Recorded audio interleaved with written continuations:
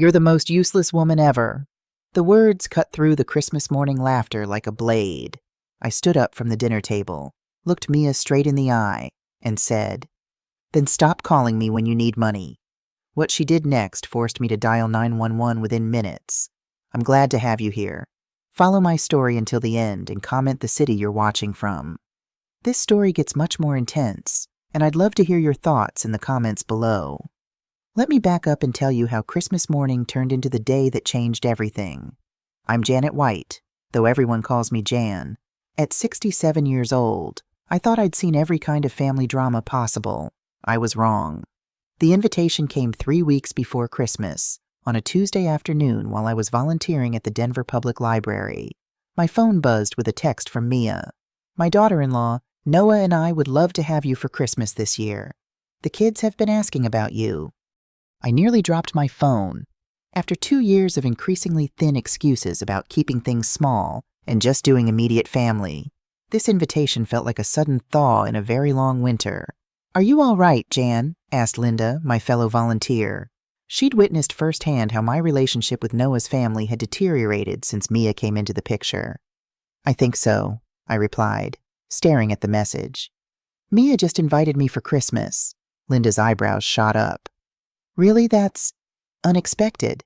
It was more than unexpected, it was suspicious. But hope is a powerful thing, especially when it comes to family, and I desperately missed my grandchildren. Ethan was 16 now, growing into a thoughtful young man with his father's gentle eyes, and Zoe, at 14, was blossoming into a confident young woman with a passion for art that matched my own at her age. I'd been missing milestones, birthdays, and ordinary moments, all those precious threads that weave a grandmother into her grandchildren's lives. I texted back immediately, "I'd love to come. What can I bring?" Mia's reply came suspiciously fast. "Just yourself, we've got everything covered." This was unlike her. In the past, she'd always assigned me something to bring, only to criticize it upon arrival. Last Thanksgiving, before the invitation stopped altogether, she'd asked me to bring rolls, then commented that store-bought would have been less trouble. When I called Noah that evening to confirm the plans, he seemed genuinely pleased. "Mom, that's great. The kids will be so excited." "Was this your idea or Mia's?" I asked, trying to keep my tone light. A slight pause. "Does it matter? We both want you here." That pause told me everything. Noah had always been a terrible liar, even as a child. Mia had initiated this invitation, and for some reason, that made me uneasy. "I thought I'd make my apple crisp," I ventured. "Ethan always loved it." "That would be amazing." "Mom, you know it's his favorite." At least that hadn't changed. As we said goodbye, I found myself wondering what had prompted this sudden change of heart from Mia. In the 8 years she'd been married to Noah, she'd made it increasingly clear that she considered me an outsider, a relic to be tolerated rather than family to be embraced. The next 3 weeks flew by in a flurry of preparation. I carefully selected gifts for everyone, books for Noah, who still preferred the feel of paper pages to screens, art supplies for Zoe, who'd recently developed an interest in watercolors, the latest gaming headset for Ethan, based on hints from his social media posts, and even a cashmere scarf for Mia in her favorite shade of blue. I spent more than I should have, dipping into my modest savings, but it felt worth it for this chance to reconnect. The day before Christmas, I spent 3 hours making the perfect apple crisp, using the recipe that had been passed down from my grandmother. The scent of cinnamon and nutmeg filled my small apartment, bringing back memories of holidays past, when Noah was young and the future stretched before us like an unwritten story. As I carefully placed the covered dish in a basket, alongside a tin of homemade cookies, I allowed myself to hope. Perhaps this Christmas would mark a new beginning. Perhaps Mia had finally decided to let me be part of their family in more than just name. I should have known better. Christmas morning dawned bright and clear, the Denver sky a perfect blue canvas above the snow-covered rooftops.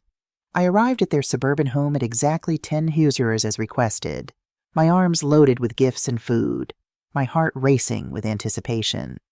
The house looked like something from a holiday magazine, twinkling lights outlining the roof, a professionally decorated wreath on the door, and through the windows, I could see the glow of their Christmas tree. The perfection was intimidating, making me suddenly conscious of my well-worn coat and sensible shoes. Before I could ring the doorbell, the door flew open, and there stood Zoe, her dark curls bouncing as she jumped up and down. "Grandma Jan," she squealed, launching herself into my arms with such force that I nearly lost my balance. "You came?" "Of course I did, sweetheart," I laughed, juggling my packages to return her hug. "I wouldn't miss it for the world." Ethan appeared behind her, trying to maintain the cool detachment that teenagers consider essential, but I caught the smile he couldn't quite suppress. "Hey, Grandma," he said, taking the basket from my arms. "Is this your apple crisp?" "It certainly is," I confirmed. "Made it just for you." His face lit up, teenage dignity forgotten. "Awesome, nobody makes it like you do." The warmth of their welcome eased some of my anxiety. Whatever Mia's motivations, at least the children were genuinely happy to see me.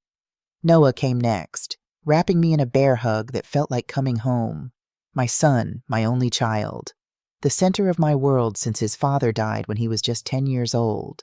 We'd been through so much together, just the two of us against the world. When had that changed? When had we become strangers who exchanged pleasantries and avoided real conversation? "Merry Christmas, Mom," he said, his voice muffled against my hair. "I'm so glad you're here."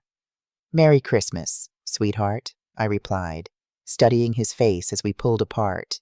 He looked tired. I thought there were new lines around his eyes, a tightness to his smile that hadn't been there before. "Noah, don't keep Janet standing in the doorway," came Mia's voice from inside. "It's freezing out there." And there she was, framed in the hallway light, tall, slender, and impeccably dressed in a festive red sweater that probably cost more than my entire outfit. Mia Turner White, former marketing executive, now full-time mother and homemaker, and the woman who had systematically pushed me to the periphery of my son's life. "Margaret," she said with a smile that didn't quite reach her eyes. "So glad you could make it. The kids have been asking about you all morning. Margaret, not Janet, not Jan, not Mom, or even Mother White. Always Margaret, formal and distant, though I'd told her countless times I preferred Jan. "Thank you for inviting me," I replied, matching her smile with one of my own. Two could play at this game of polite fiction. "Your home looks beautiful. Oh, this..." She waved dismissively at the magazine-perfect decorations. "Just threw it together yesterday. Nothing special." The casual dismissal of what was clearly hours of meticulous work was so typical of Mia. Everything effortless, everything perfect, everything designed to make others feel inadequate by comparison. The next few hours passed in a pleasant haze of gift opening, coffee drinking, and catching up with the children. Zoe showed me her latest art projects, her eyes shining with pride as I praised her use of color and composition. Ethan demonstrated his new video game, patiently explaining the rules to his technologically challenged grandmother. Noah hovered nearby, jumping in occasionally with a story or question, but I noticed he always kept one eye on Mia, as if gauging her reaction to each interaction. "Mom, come help me in the kitchen," Noah asked after the gifts were opened. "I could use your expertise with the gravy." In the kitchen, away from the others. Noah's shoulders relaxed slightly. He stirred the gravy while I seasoned it, falling into a comfortable rhythm we'd established years ago. "How have you been? Really?" he asked quietly, glancing toward the living room where Mia was arranging Zoe's hair into an elaborate braid. "I'm fine," I said automatically, then caught myself. This was my son, not a casual acquaintance. "Actually, that's not entirely true. I've been lonely. Noah, I miss you." "I miss the kids," he winced, avoiding my eyes. "I know. It's been complicated. Has it seemed simple enough to me? Family sees family. That's how it works." "Mom, I'm not blaming you," I said, though part of me was, I just want to understand what happened. We used to be so close, and now I feel like I need a formal invitation just to see my own grandchildren. Noah sighed, running a hand through his hair, a gesture so reminiscent of his father that my heart ached. "Mia thinks, she feels that sometimes you're a bit critical. Of our parenting, of our lifestyle choices. She's sensitive about it. Critical when have I ever? Like when you suggested Ethan might need more structure with his homework, or when you reorganized our refrigerator because you thought we were storing things wrong. I remembered both incidents, casual comments, and helpful gestures. Or so I'd thought. I was trying to help. Noah, that's what family does. I know, Mom, but Mia sees it differently. She feels like you're judging her, finding her lacking. Before I could respond, Mia appeared in the doorway, her smile fixed and bright. Everything okay in here? Turkey's ready whenever the gravy is. The moment for honesty had passed. Noah straightened, his public face sliding back into place. Just about done. Mom's got the magic touch with gravy. Wonderful, Mia said, her tone suggesting anything but. Let's get everything on the table, shall we? The kids are starving. I followed them to the dining room, where the table had been set with what appeared to be brand new china and crystal. Everything coordinated perfectly with the centerpiece of pine branches, red berries, and white candles. Another magazine-worthy display. This is lovely, Mia, I said sincerely, because it was, whatever else she might be. My daughter-in-law had impeccable taste. Oh, these old things, she replied, though I could see the tags were still on some of the napkins. Just threw it together this morning. As we took our seats, I noticed my apple crisp was nowhere to be seen among the desserts arranged on the sideboard: pumpkin pie, chocolate cake, and what looked like a store-bought apple tart. I chose to say nothing. This was not the time to create tension. Today was about reconnecting with my family, not confronting Mia about her petty power plays. The meal began pleasantly enough. The food was delicious, the conversation flowing easily as the children shared stories about school and friends. I savored each moment, storing them away like precious gems to revisit during the lonely evenings in my apartment. Grandma, Zoe said suddenly, did you know I got the lead in the school play I'm going to be Dorothy in The Wizard of Oz? That's wonderful, sweetheart. When is the performance? I'd love to come. It's in February, on the 12th. You'll come, right? I glanced at Mia, who was cutting her turkey with precise movements, her expression unreadable. I wouldn't miss it for the world, I promised. Actually, Mia interjected, tickets are very limited. Parents get priority, of course. Zoe's face fell. But there's always extra tickets. Mom, Mrs. Bennett said so. We'll see, Mia said in the tone that every child recognizes as no in disguise. Let's not bother your grandmother with these details now. It's no bother, I said quickly. I'd be happy to buy a ticket as soon as they're available. Mia's smile tightened. As I said, we'll see. February is still a ways off, and schedules can be so unpredictable. The message was clear. My invitation to Christmas dinner did not extend to other family events. I was being permitted a carefully controlled visit. Nothing more. The conversation moved on, but something had shifted. There was a new tension in the air, a sense of invisible lines being drawn and redrawn. Noah became more reserved, focusing on his food rather than joining the discussion.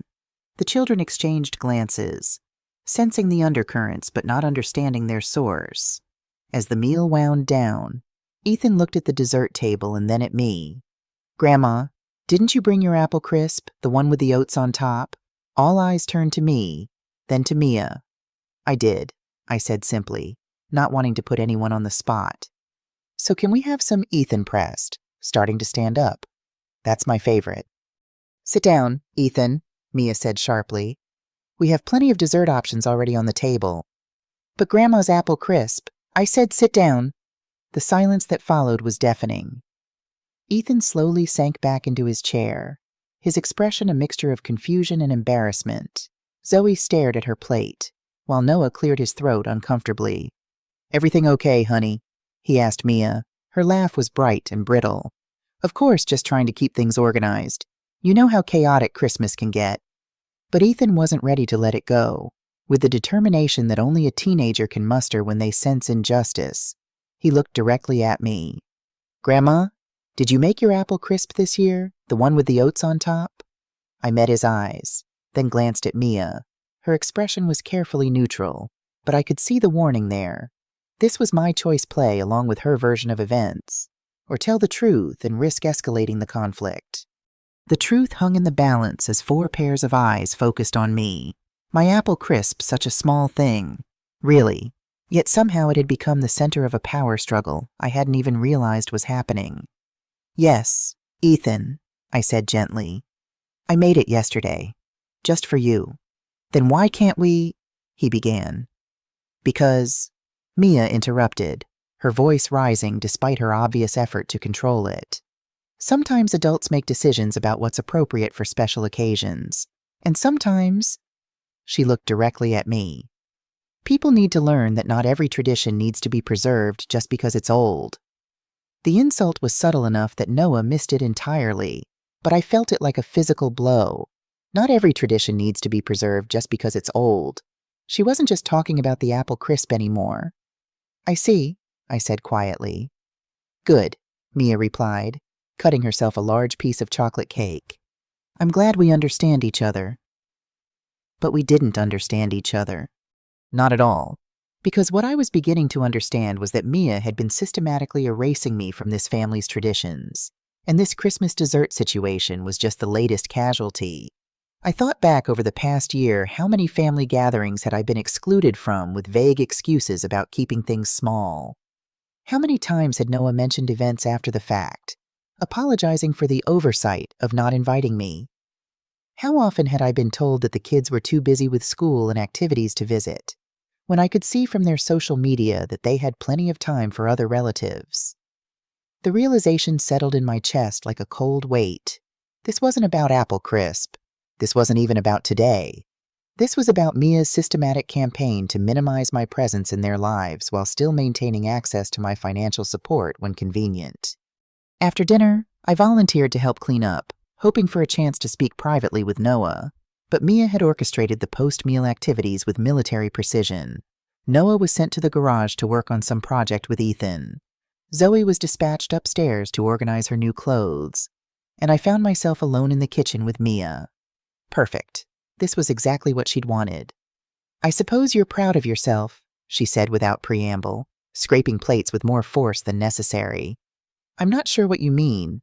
The little scene at dinner, making me look bad in front of the children. Very mature. Margaret. I set down the serving dish I'd been carrying to the sink. Mia, I need to understand what's happening here. I feel like I'm missing something important. She turned to face me, abandoning all pretense of politeness. What you're missing is the fact that this is my family, my home, my children, and I'm tired of pretending that your constant presence and interference are welcome. Noah is my son. Noah is my husband, she countered, her voice like ice. Those children are mine. This house is mine.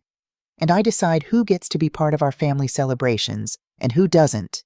The possessiveness in her voice was startling, as if Noah and the kids were objects to be owned rather than people with their own relationships and feelings. You can't just erase me from their lives because you feel threatened, I said, surprised by my own boldness. Mia laughed, a sound devoid of humor. Threatened by you, Margaret. Look at yourself. You're 67 years old. You live alone in that little apartment, and the only reason anyone pays attention to you is because you write checks. Do you really think I'm threatened by that? Each word was chosen to inflict maximum damage, and they hit their target with devastating accuracy. But something inside me rebelled against accepting this cruel assessment. If that's really how you see me, then why do you keep accepting my money, for the first time since the conversation began? Mia looked genuinely uncomfortable. That's different. How is it different? Family helps family. You said so yourself, but I'm only family when you need something from me. Mia turned back to the sink, her shoulders tense. You don't understand the pressure we're under.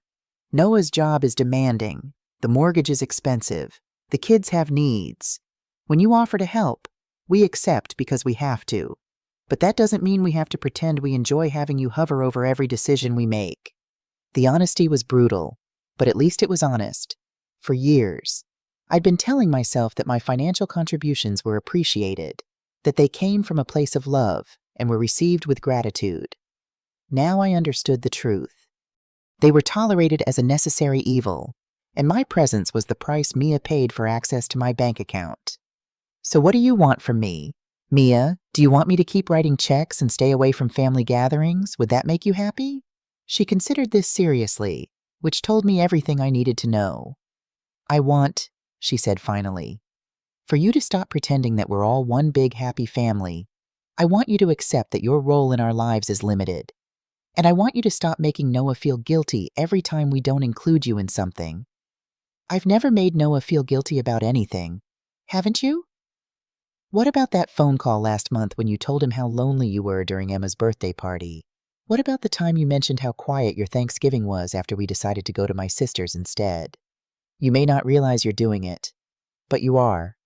I stood in that kitchen listening to Mia's litany of my supposed crimes and felt something shift inside me. Not sadness, not anger, but a peculiar clarity. Like someone had just turned on a bright light in a room where I'd been stumbling around in the dark for years. You're right, I said quietly. Mia looked surprised. She'd clearly been prepared for an argument, not capitulation. You're absolutely right. I have been making assumptions about my place in this family. I assumed that because I love Noah and those children, that love was reciprocated in the same way. I assumed that my contributions were appreciated rather than simply tolerated. I assumed I was wanted rather than merely useful. Mia's expression was wary now, as if she sensed a trap. But you know what? Mia, you've just given me the most valuable gift I could have asked for this Christmas. You've given me the truth. And now that I know where I stand, I can make some adjustments. What kind of adjustments? I smiled. And there must have been something unsettling about that smile because Mia actually took a step back. Well, let's start with the obvious one. If my role in this family is purely financial, then we should probably treat it like the business arrangement it apparently is. No more random gifts, no more emergency loans, no more assumptions about what family owes each other. Margaret, that's not what Isn't it? You just told me that you accept my money because you have to, not because you want to. You told me that my presence is the price you pay for my financial help. So let's eliminate that price, shall we? From now on, if you need money, you can ask for it directly. No more family gatherings. No more pretending we all enjoy each other's company. Just business. Mia's face had gone pale. You're being ridiculous. I never said... You said exactly that.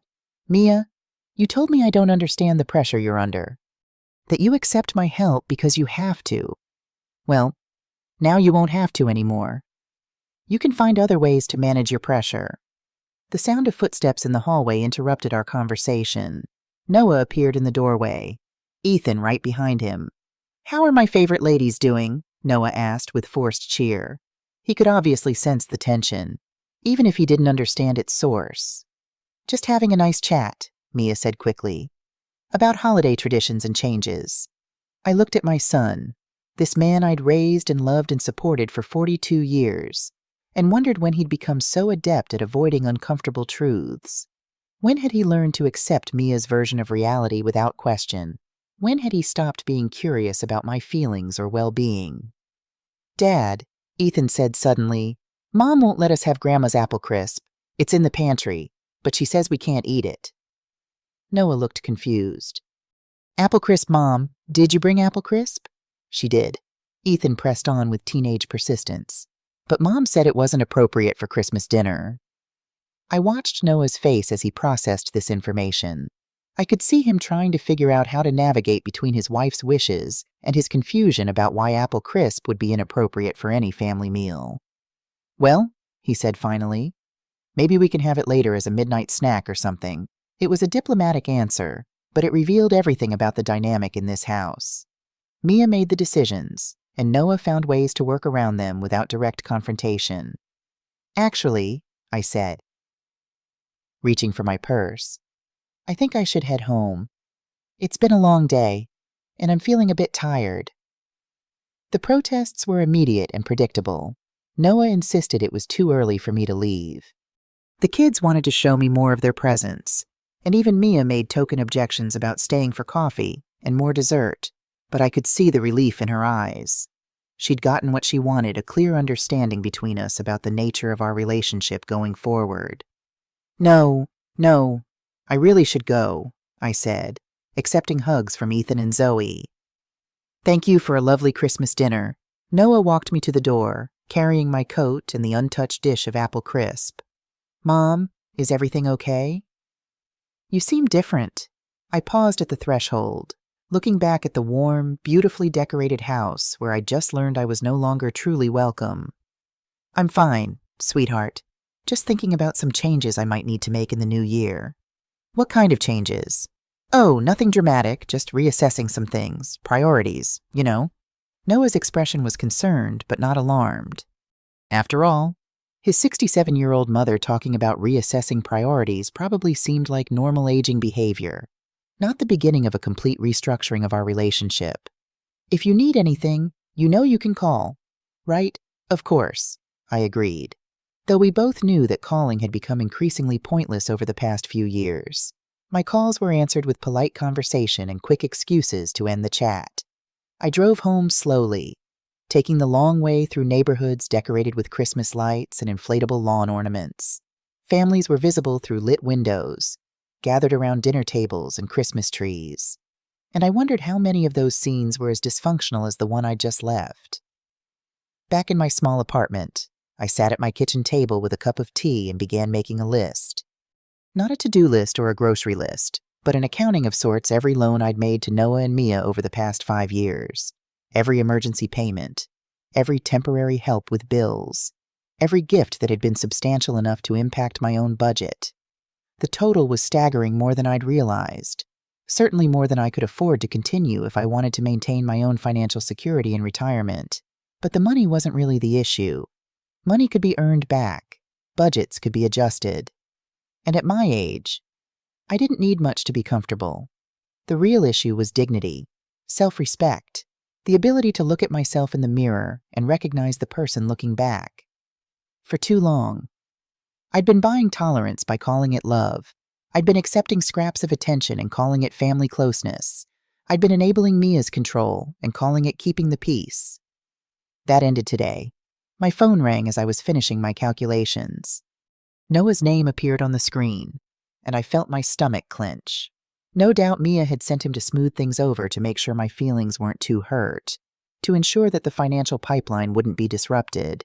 I let it go to voicemail, but when it rang again immediately, and then a third time, I finally answered. Mom, thank God. Listen, there's been a situation here. Mia, she's called the police.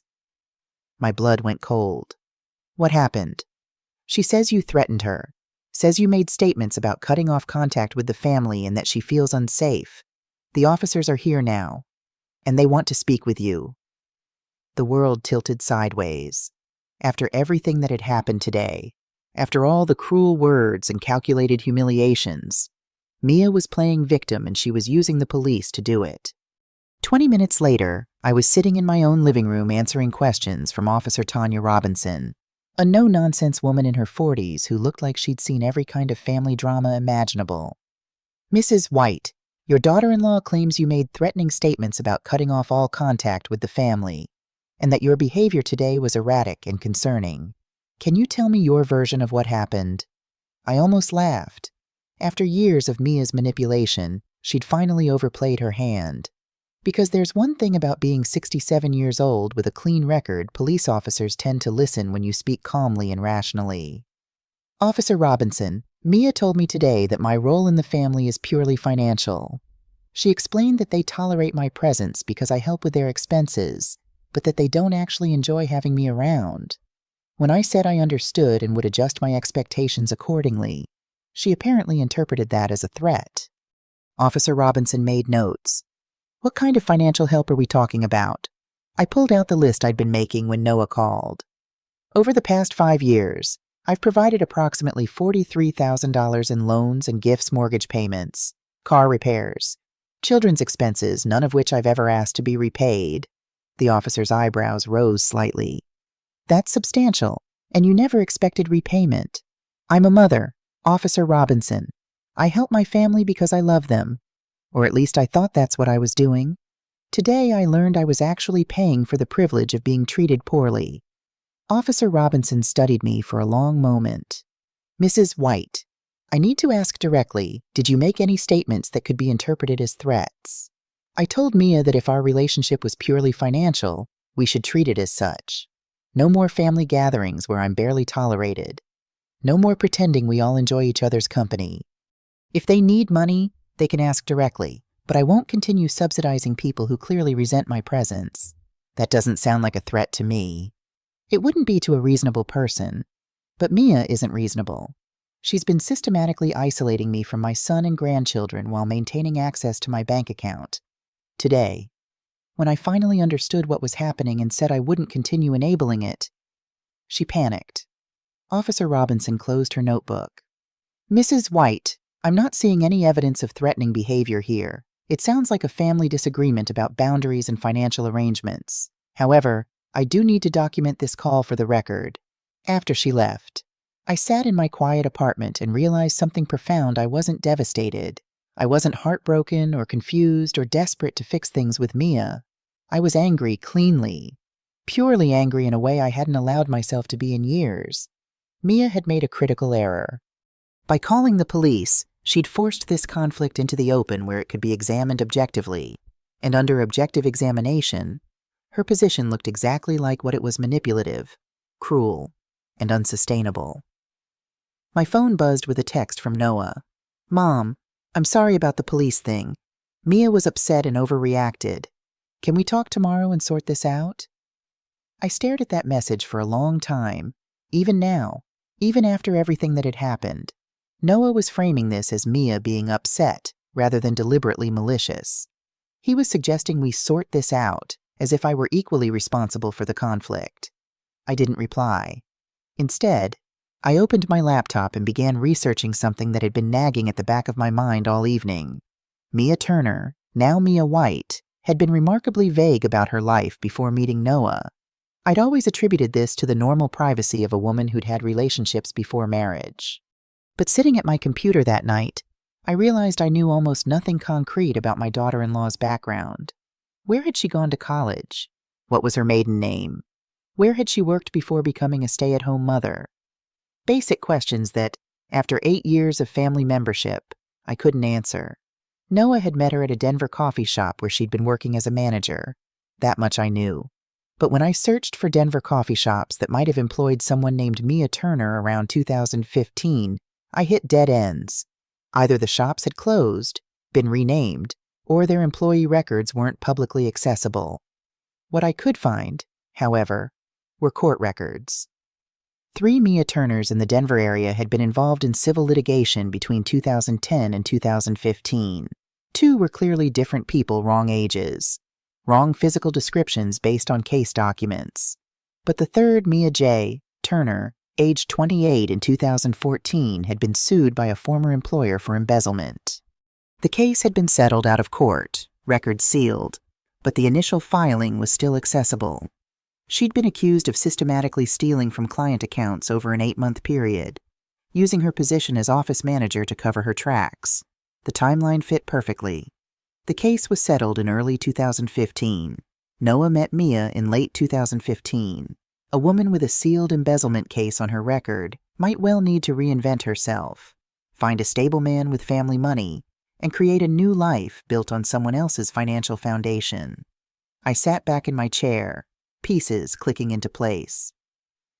Mia's insistence on managing all the household finances, her detailed knowledge of our family's financial situation information that had to come from Noah, but which she wielded with surprising precision, her systematic isolation of me from family activities while maintaining access to my financial support. This wasn't just about a daughter-in-law who didn't like her mother-in-law. This was about a woman with a history of financial manipulation who'd found the perfect setup: a generous husband with a wealthy mother, both too trusting to ask hard questions about her past. But I needed more evidence before I could act on these suspicions, and I needed to understand exactly how deep Mia's manipulation went. The next morning, I called my bank and requested copies of all checks I'd written to Noah or Mia over the past 5 years. Then I called my financial advisor, Marcus, and asked him to walk through my account activity, particularly any large withdrawals that might have been made to help my family. "Is everything all right, Jan?" Marcus asked, concern evident in his voice. We'd worked together for over a decade. and he knew how important my family was to me. I'm not sure, I admitted. I just need to get a clear picture of exactly how much I've been giving them. Give me an hour to pull everything together, he promised. While waiting for Marcus to call back, I made myself breakfast toast and coffee. My usual simple fare. The contrast between my modest apartment and Noah and Mia's showcase home had never felt more stark. I'd chosen to live simply after James died, putting most of our savings toward Noah's education and future. It had seemed the right choice at the time. Now I wondered if I'd made myself too vulnerable by prioritizing his needs over my own security. When Marcus called back, what I learned made my blood run cold. According to my records, I'd been far more generous than even I had realized. The $43,000 I'd calculated was just the direct payments. There had been numerous other transactions, gift cards purchased for the grandchildren but delivered to Mia, deposits made directly into their account during financial emergencies, even payments made to vendors for home repairs and improvements. The total was over $67,000 in 5 years. But here's what really caught my attention. Several of the emergency payments had been requested during months when Noah's salary should have been more than adequate to cover their expenses. Unless their spending was completely out of control, or unless someone was siphoning money from their household budget. I thought about Mia's designer handbags, her frequent spa days, her expensive yoga classes that she mentioned in social media posts. I thought about how she always seemed to have money for her personal interests while claiming they were struggling with basic household expenses. Marcus, thank you for this, I said, staring at the figures in front of me. I think I've been played for a fool. Do you want to set up some protections moving forward? I can help you establish boundaries. Not yet, I said, an idea forming. I need to understand exactly what's happening first. After hanging up, I sat motionless at my kitchen table, processing what I'd learned. The sheer magnitude of Mia's deception was staggering. This wasn't just about emotional manipulation, it was financial exploitation, carefully disguised as normal family support. My phone buzzed again with another text from Noah. Mom, please call me. We need to talk about what happened. This time, I responded, I need some time. Noah, I'll call when I'm ready. His reply was immediate. Mom, Mia feels terrible. She says she didn't mean what she said. She was just stressed about Christmas being perfect. The excuse was so flimsy, so painfully inadequate that it only reinforced my suspicions. If Noah believed this, if he was willing to accept such an obvious lie, then he was even more deeply under Mia's influence than I'd realized. I didn't reply. That afternoon, I did something I'd never done before. I drove to Noah's neighborhood and parked across from their house. Not to spy exactly, but to observe to see if my new perspective on Mia's character would reveal things I'd missed before. What I saw was illuminating. At 2:30, a delivery truck arrived, not a standard package delivery, but a furniture truck from an expensive boutique store downtown. 2 men unloaded what appeared to be a dining room set table, chairs, and a sideboard that looked like it cost more than most people's cars. 30 minutes later, Mia's car pulled into the driveway. She got out carrying shopping bags from Nordstrom, Anthropologie, and several other upscale retailers. This was a Tuesday afternoon in late December, right after Christmas, and she was on a major shopping spree. I remembered the conversation from yesterday, how Mia had mentioned the pressure they were under, the expensive mortgage, Noah's demanding job, how they had to accept my financial help because of their circumstances. Yet here she was, spending what looked like thousands of dollars on furniture and clothes less than 24 hours after playing the victim to police officers about our family disagreement. My phone rang. Noah's name appeared on the screen, and this time I answered. Mom, I'm glad you picked up. We need to talk about what happened yesterday. Mia's really upset, and I think there are some misunderstandings we need to clear up. Noah, where are you right now? At work. Why? Just curious. Is Mia home today? Yeah, she had the day off. She was going to catch up on some errands and maybe do some after-Christmas shopping. The kids are at friends' houses, so she has some time to herself. After Christmas shopping with what money? I wondered. The money they didn't have because of their financial pressure and expensive lifestyle. Noah, I need to ask you something, and I want you to think carefully before you answer. How much money do you think I've given your family over the past 5 years? There was a long pause. I don't know, Mom. We've never kept a running total. $67,000. The silence stretched so long I thought we'd been disconnected. That can't be right. I have bank records, canceled checks, and transaction histories. $67,000 in loans, gifts, emergency payments, and direct expenses I've covered for your family. Mom, even if that number is accurate, you've never made us feel obligated, haven't I? According to Mia, that money comes with strings attached. According to her, you both feel obligated to include me in family activities because of my financial contributions. She told me yesterday that you accept my help because you have to, not because you want to. Another long silence. She said a lot of things, Mom, but what concerns me most is that she asked you to call me today to sort this out. Not because she feels bad about how she treated me, but because she's worried I might stop writing checks. That's not Mom. You're making this sound more calculated than it is. Tell me something. Noah, when was the last time Mia suggested including me in a family activity? Not when you suggested it, but when she initiated the invitation. I could hear him thinking, searching his memory for an example that would prove me wrong. Yesterday. Christmas dinner was her idea. And how did that work out? That evening, I received a phone call that changed everything. The caller identified herself as Detective Sarah Davis from the Denver Police Department's Financial Crimes Unit. Mrs. White, I understand you've been researching someone named Mia Turner. Can I ask why you're interested in her? My heart stopped. Who is this really, ma'am? I'm a detective with Denver PD. Your internet searches triggered some alerts in our system.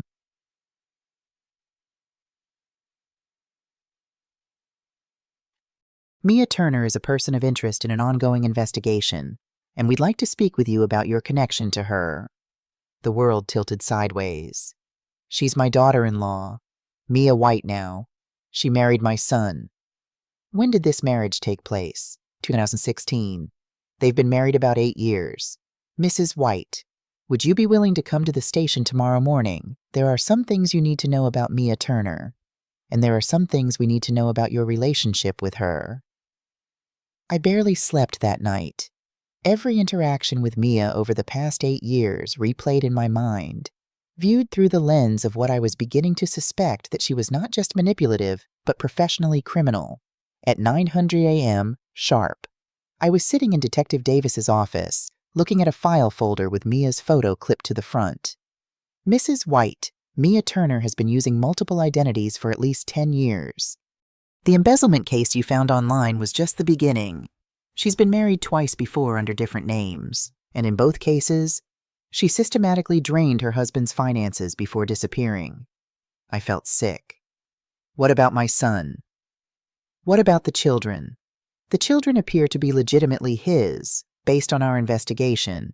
But Mia Turner, or Mia White as she's known now, has been running a long-term con on your family. She's been using your financial support to fund a lifestyle that includes a secret apartment, a second car registered under a different name, and what appears to be preparation for another disappearance. Detective Davis opened the file and showed me surveillance photos Mia at a bank I didn't recognize. Mia meeting with a man I'd never seen. Mia loading boxes into a storage unit. We believe she's been planning to leave your son for several months. The pattern is always the same. She establishes herself with a financially stable family, extracts as much money as possible, and then vanishes with whatever assets she can liquidate. But the children in her previous marriages, she left behind the children. They weren't biologically hers in those cases, but she'd been their stepmother for years. She has no problem abandoning children when it suits her purposes. I stared at the photos, thinking about Ethan and Zoe, about how devastated they would be if Mia simply vanished from their lives. But then I thought about something else. Detective, if you know all this, why haven't you arrested her? We've been building a case, but we needed more evidence of active fraud. Your research yesterday, combined with the information you can provide about the money she's taken from your family, gives us what we need to move forward. What do you want me to do? Detective Davis leaned forward. Mrs. White, we want you to help us catch her in the act. The plan was elegantly simple. I would approach Mia with an offer she couldn't refuse, a substantial early inheritance that I wanted to give to the family for tax purposes. The amount would be large enough to trigger her greed, but structured in a way that would require her to reveal her hidden accounts and financial preparations. It took 3 days to set everything up. During that time, I had to act normally, taking Noah's calls and pretending nothing had changed. The hardest part was not warning him about what was coming. Detective Davis had insisted that for the operation to work, Noah couldn't know what we were planning. On Friday morning, I called Mia directly. "Mia, I'd like to speak with you about something important. Could you meet me for coffee this afternoon?" She sounded surprised, but agreed. We met at a neutral location, a coffee shop in downtown Denver, where Detective Davis and her team could monitor our conversation. "Mia, I've been thinking about our conversation on Christmas Day, and you were right about several things. I have been too involved in your family's business, and I haven't been respectful of your boundaries." She looked suspicious, but nodded. "I appreciate you saying that. Janet, I want to make amends, and I want to do something that will benefit your family's future without requiring my ongoing involvement." I pulled out a folder prepared by the detective team. "I'm prepared to give Noah and the children a substantial gift, $200,000, but I want to do it in a way that minimizes tax implications." Mia's eyes lit up, but she tried to hide her excitement. "That's very generous. There are some complications with transferring that much money, particularly since some of it would need to go into accounts that aren't jointly held. I'll need information about all your family's accounts, including any personal accounts you might have for managing household expenses." This was the moment. If Mia was legitimate, she'd suggest involving Noah in these discussions. If she was running a con, she'd try to handle this herself to maintain control. "I can provide that information," she said quickly. "Noah's so busy with work, and honestly, I handle all our financial planning anyway. It would be easier if we could just work directly together on this." "Perfect. I'll need account numbers, routing information, and verification of balances for tax documentation purposes." Over the next 20 minutes, Mia provided details about not just their joint accounts, but 3 additional accounts I'd never heard of. She also mentioned investment accounts and a business account for a consulting company I didn't know she owned.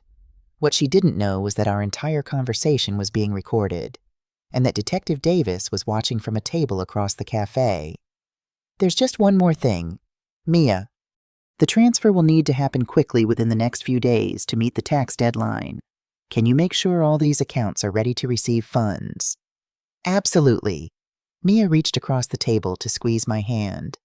"Janet, I want you to know I think we got off on the wrong foot at Christmas. This is exactly the kind of fresh start our family needs." As I walked to my car after the meeting, Detective Davis called me. "Mrs. White, we got everything we needed. 3 of those accounts she mentioned are under false names, and one of them has been receiving regular transfers from your family's joint account. We'll be making arrests tomorrow morning." That night, I couldn't sleep. The knowledge of what was coming weighed heavily on me. Tomorrow, my son's world would implode. The woman he loved or thought he loved would be revealed as a fraud, a con artist who had been systematically stealing from him and planning to abandon their family. Part of me wanted to warn him, to give him time to prepare, but Detective Davis had been clear any warning could jeopardize the operation and might give Mia time to destroy evidence or flee. So I lay awake, staring at the ceiling, and thought about the signs I'd missed over the years. The inconsistencies in Mia's stories about her past, the way she deflected personal questions by changing the subject, her insistence on handling all financial matters, her determination to isolate Noah from me and from others who might see through her facade. I'd attributed it all to normal personality quirks, to the tensions that often exist between mothers-in-law and daughters-in-law. I'd made excuses, looked the other way, all in the name of keeping the peace and maintaining access to my grandchildren. Never once had I considered that I was dealing with a professional con artist.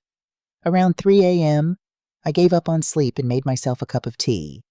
I sat at my kitchen table with old photo albums spread before me, pictures of Noah as a baby, as a toddler, as a gangly teenager, pictures of James and me on our wedding day, both of us young and filled with hope for the future, pictures of the 3 of us as a family. Before cancer took James and left Noah and me to navigate life alone. I wondered what James would think of all this. He'd always been the more perceptive one in our relationship, better at reading people's true intentions. Would he have seen through Mia from the beginning? Would he have been able to protect our son from this heartbreak? It didn't matter now. Tomorrow, or rather, today, everything would change. The truth would come out, and Noah would have to face it, just as I had faced the truth about Mia's feelings toward me at Christmas dinner. The truth can be painful, but it's also the only solid ground on which to build a future. And that's what I was trying to do, now build a new future for what remained of my family. Even if it meant tearing down the illusions we'd been living with for years. At 7:00 a.m., my phone rang. It was Detective Davis. "We're moving in now. Mrs. White, stay by your phone. Your son may need you soon." An hour later, Noah called. "Mom," his voice shaky and confused. "Mom, Mia's been arrested. They're saying she's wanted for fraud in 3 states. They're saying she's not even who we thought she was." "Oh, Noah, I'm so sorry. Did you know about this? The detective said something about you helping with their investigation. I only found out recently. I couldn't tell you until they had what they needed." "I don't understand. None of this makes sense. Mia loves us. She couldn't have been planning to leave." The denial in his voice broke my heart. It would take time for him to accept the truth, to see the full extent of Mia's deception. "Where are the children?" I asked, practicality taking over. "At school. I didn't tell them anything yet. I don't know what to say." "I'm coming over," I said, already reaching for my purse. "We'll figure this out together." When I arrived at their house, Noah looked like a shell of himself, pale, disheveled, his eyes red-rimmed from shock and disbelief. He let me in without a word, then stood in the middle of the living room, looking lost in his own home. "They took her away in handcuffs. Mom, in front of the neighbors. They're searching the house now, looking for evidence." Sure enough, I could see police officers moving methodically through the rooms, opening drawers, examining documents. Detective Davis explained some of it. Noah continued, running a hand through his hair. "Mia's real name isn't even Mia Turner. It's Alexis Peterson. She's wanted in Arizona and Florida for similar schemes. She's been married before twice. Did you know that she told me I was her first husband?" Each revelation seemed to hit him anew. Each lie uncovered another blow to his understanding of the past 8 years. "She has another apartment," he said, his voice hollow. "Here in Denver. Fully furnished. Ready to go. And a car. And fake IDs. She was planning to leave us. Mom. She was going to take everything and just disappear." I guided him to the couch and sat beside him, taking his hand in mine. It felt like when he was a child and came to me with skinned knees or hurt feelings, except this wound went much deeper than anything I could fix with a bandage or a hug. "I feel so stupid," he whispered. "So blind. How did I not see it? She's a professional. Noah, this is what she does. She finds good people with resources and exploits them. You're not the first, and you wouldn't have been the last if she hadn't been caught. But 8 years, Mom. 8 years of my life with someone who was never real." I didn't know what to say to that. There was no comfort I could offer that wouldn't sound hollow in the face of such profound betrayal. What am I going to tell the kids? That was the hardest question of all. How do you tell children that their mother, the person they've trusted and loved all their lives, is not who they thought she was, that she was preparing to abandon them, that their entire family life has been built on a foundation of lies? "We'll find a way," I promised. Together, Detective Davis approached us, a folder in her hand. "Mr. White, we found documentation of at least 12 accounts in different names, all tied to your wife. We've also found evidence that she was planning to leave the country next month, a one-way ticket to Bali under yet another name. Barbara Collins." Noah closed his eyes, absorbing this new blow. "What happens now?" I asked. "She'll be arraigned tomorrow. Given the multiple jurisdictions involved in the flight risk, I expect she'll be held without bail. This is going to be a complex case, but with the evidence we've gathered, including your assistance, Mrs. White, we have a very strong case against her." After the detective left, Noah and I sat in silence for a long moment.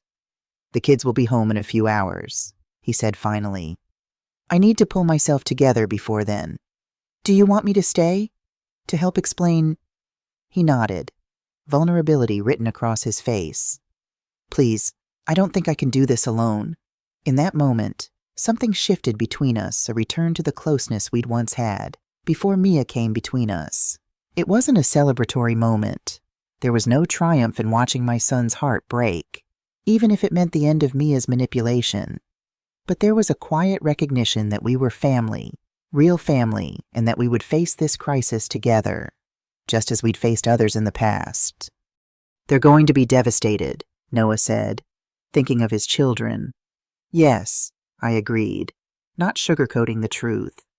"But they're strong. Noah, they get that from you. And they have us, both of us, to help them through this." For the first time since I'd arrived, Noah's expression softened slightly. "Both of us," he repeated. "I'm sorry, Mom, for everything. For how I let her come between us.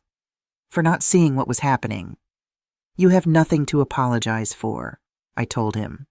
"You loved her. You trusted her. That's not a flaw. Noah, that's what makes you who you are." As we waited for the children to come home, I made lunch in the kitchen that had been the site of my confrontation with Mia just days ago. The same space. But everything had changed. I thought about the apple crisp, such a small thing, yet it had been the catalyst for all that followed. If Mia had simply served it, if she hadn't chosen that moment to assert her dominance, would we be here now? Would her schemes have continued undetected for months or years more? Sometimes the smallest actions have the largest consequences. A hidden dessert had led to a confrontation, which led to a police call, which led to an investigation, which led to the unraveling of an elaborate fraud that spanned years and states. And now, in the wreckage of all those revelations, my son and I were finding our way back to each other. The next morning, I got the call I'd been waiting for. Brian, his voice shaky and confused. "Mom, Mia's been arrested. They're saying she's wanted for fraud in 3 states. They're saying she's not even who we thought she was." That afternoon, sitting in my quiet apartment with a cup of tea and my apple crisp, finally served at the right temperature, I reflected on how completely my life had changed in 1 week. Mia was in custody, facing charges that would likely keep her away from any family for a very long time. Noah was devastated, but beginning to understand the scope of how he'd been manipulated. The children were confused, but safe, and slowly learning that their grandmother had helped protect them from something they were too young to fully understand. Most importantly, I had my dignity back. I'd stopped being a victim and started being someone who refused to accept unacceptable treatment. At 67 years old, I'd learned that it's never too late to stand up for yourself. And sometimes the best revenge is simply refusing to be anyone's victim ever again. The arraignment was held on a cold January morning, the sky heavy with snow that refused to fall. I sat in the courtroom beside Noah, both of us tense as we waited for Mia or Alexis, or whoever she really was, to appear. The children were with Linda, my neighbor and friend. We'd decided they shouldn't witness this part of the process. They'd been told a simplified version of the truth, that their mother had done some bad things and would be going away for a while. The full extent of her deception was too much for them to process all at once. That would come later, with the help of Dr. Marcus Phillips, a child psychologist recommended by Detective Davis. When Mia was led into the courtroom in handcuffs and an orange jumpsuit, Noah stiffened beside me. She looked smaller somehow, stripped of her designer clothes and carefully applied makeup. Her eyes scanned the courtroom, landing on us with a jolt of recognition. For a moment, her mask slipped, and I saw naked calculation in her expression before she quickly composed her features into a look of wounded innocence. "All rise," called the bailiff as the judge entered. The legal proceedings moved quickly. Mia was charged with multiple counts of fraud, identity theft, and embezzlement across 3 states. The prosecutor outlined the scope of her crimes. 2 previous marriages ended in financial ruin for her ex-husbands, multiple identities used to open credit accounts, businesses defrauded through her various office management positions. "Your Honor, The defendant presents an extreme flight risk, the prosecutor argued. We have evidence that she was planning to leave the country within weeks, abandoning her current husband and children and taking substantial assets with her. Noah's hand found mine as these words were spoken aloud, making real what we'd been trying to process since her arrest. The judge denied bail, and Mia was led away without looking back at us. As she passed through the side door, I caught a glimpse of her profile chin up, shoulders back, showing no remorse or shame for what she'd done. Outside the courthouse, reporters waited with cameras and microphones. The case had attracted media attention not just for the fraud charges, but for the human interest angle, a mother planning to abandon her family, a years-long con revealed by a perceptive mother-in-law. Mr. White, how does it feel to learn your wife of 8 years was planning to leave you? Mrs. White, did you suspect your daughter-in-law from the beginning? Noah froze, overwhelmed by the barrage of questions. I stepped in front of him, instinctively shielding him from the intrusion. We have no comment at this time, I said firmly. This is a private family matter, and we ask that you respect our need for privacy. Detective Davis appeared at our side, helping us navigate through the crowd to a waiting car. I'm sorry about that, she said once we were safely inside. The press caught wind of the story faster than we expected. Will it always be like this? Noah asked, his voice hollow. Will our private tragedy be public entertainment? The frenzy will die down, she assured him. These cases often attract attention initially, but something else will grab the headlines soon enough. I wasn't so sure. There was something almost cinematic about Mia's deception, the multiple identities, the elaborate long con, the seemingly perfect suburban mom revealed as a calculating fraud. It had all the elements of a sensational story, but that was a problem for another day. Right now, we needed to focus on the immediate challenges helping the children understand what was happening, securing the family's finances, and beginning the long process of healing from this betrayal. We've frozen the accounts she set up under false names, Detective Davis told us as we drove, and we're working to recover as much of the diverted funds as possible. But I should warn you, Mr. White, that some of the money may be gone for good. She was very good at covering her tracks. Noah nodded, staring out the window at the gray Denver streets. The money doesn't matter, he said quietly. I just want to understand why. Why us? Why me? 8 years is a long time to pretend to love someone. Detective Davis exchanged a glance with me in the rearview mirror. Con artists like Mia Alexis, they choose their targets carefully. They look for certain traits: generosity, trusting nature, financial stability, and often a recent loss or vulnerability that makes someone open to connection. I thought about when Noah had met Mia just 2 years after he'd gone through a painful divorce from his first wife. He'd been lonely, hurt, and questioning his judgment. The perfect target. They also tend to isolate their victims from family and friends who might see through the deception. Detective Davis continued. Mrs. White, from what you've told us, she was very effective at limiting your access to your son and grandchildren. Yes, I agreed, thinking of all the missed birthdays and holidays, the gradual erosion of my relationship with Noah. She was very good at that. But she didn't count on you being just as persistent, the detective said with a hint of admiration. Most people would have given up, accepted the distance. You didn't. When we arrived at Noah's house, I was surprised to see Linda's car in the driveway. She stepped out as we approached, her expression grim. I thought you were staying at your place with the kids, Noah said, confusion evident in his voice. There's been a development, Linda replied, her eyes flicking to Detective Davis. The children found something while looking for snacks in Mia's home office. Detective Davis straightened, instantly alert. What did they find? Linda reached into her purse and pulled out a USB drive. This was hidden in a container of protein powder in her desk drawer. Ethan thought it was strange and showed it to me. I haven't looked at what's on it, but Detective Davis took the drive carefully, using a tissue to avoid contaminating it with fingerprints.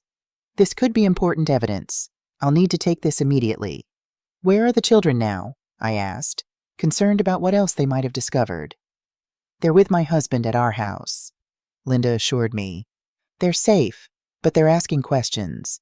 Difficult questions that I wasn't sure how to answer. Noah's shoulders slumped further. What kind of questions? They found other things besides the USB drive. Letters addressed to someone named Barbara Collins. Passport photos that are clearly Mia, but with different hair. Ethan is 16. Jan, he's putting the pieces together and he's angry.